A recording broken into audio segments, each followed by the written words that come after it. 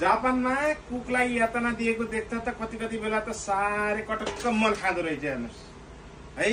अब कुक भनौँ खाइ भनौँ त्यसैले गरेको छ, बाहिर झाडु पोछा त्यसैले गरेको छ, अनि खाना पनि त्यसैले बनाएको छ, भाँडा त्यसैले माझेको छ, साइकल लिएर सपिङ गर्न त्यही मान्छेलाई पठाएका छन् होइन।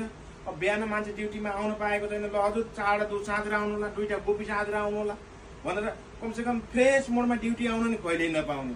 अनि त्यो त भयो अर्को छोडौँ, त्यो कमसेकम दिउँसो ब्रेक पनि कामै छैन के हजुर, किन चाहियो र? अब हामी यसो बाहिर निस्किँदा त्यही मान्छेलाई बिचरा त्यहीँ राखेर न ब्रेक छ। छुट्टी तपाईँ महिनामा एउटा छुट्टी दिइरहेछन्, कमसेकम कामै छैन के हजुर, किन चाहियो र छुट्टी? यति यातना पनि नदिनु के कुकरलाई होइन। पैसाको लागि त मरिन मेटिएर जे पनि गर्न तयारी क्या यो साहुहरू, नेपाली साहुहरू कोही।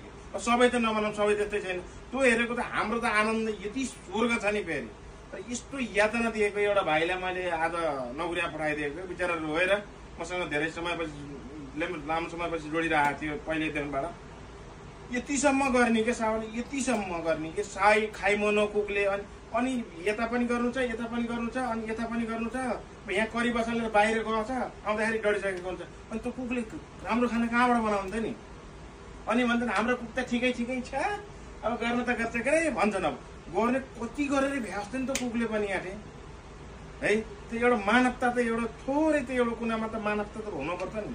तर मानवतै नभएको जस्तो कि यो अति पनि गर्न हुन्न। यो अति गरेर अहिले सायद देख्दाखेरि यस्ता पीडितहरू बोल्न नसकेर हो, पहुँचै रहेछन् क्या यहाँ। बहुत भित्रभित्र धेरै चाहिँ अतिरै यति अति पनि गर्न हुँदैन है। पैसा भन्ने कुरो, पैसा पैसा अनि रूपले यी तिनटाले कहिल्यै मान्छेलाई परिपुक्त हुँदैन क्या, कहिले रहँदा पनि रहँदैन नि।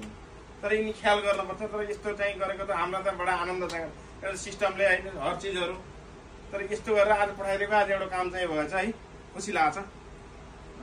यस्तै सामाजिक कामहरूमा बिस्तारै हात हाल्न पाएर कसैले आफूले गरेको कामले अरूलाई सहज भइदिँदाखेरि नै आफूलाई कस्तो आनन्द महसुस हुँदो रहेछ कि होइन। त्यो कुरो सुन्दा नि कस्तो क्या मान्छेलाई अर्कै फिल हुने क्या, कस्तो चसक्क हुने क्या। अब आफू यही लाइनमा भएको भएर कसैले पीडाका दुःखका कुराहरू सुनाउँदाखेरि पनि नराम्रो लाग्ने क्या।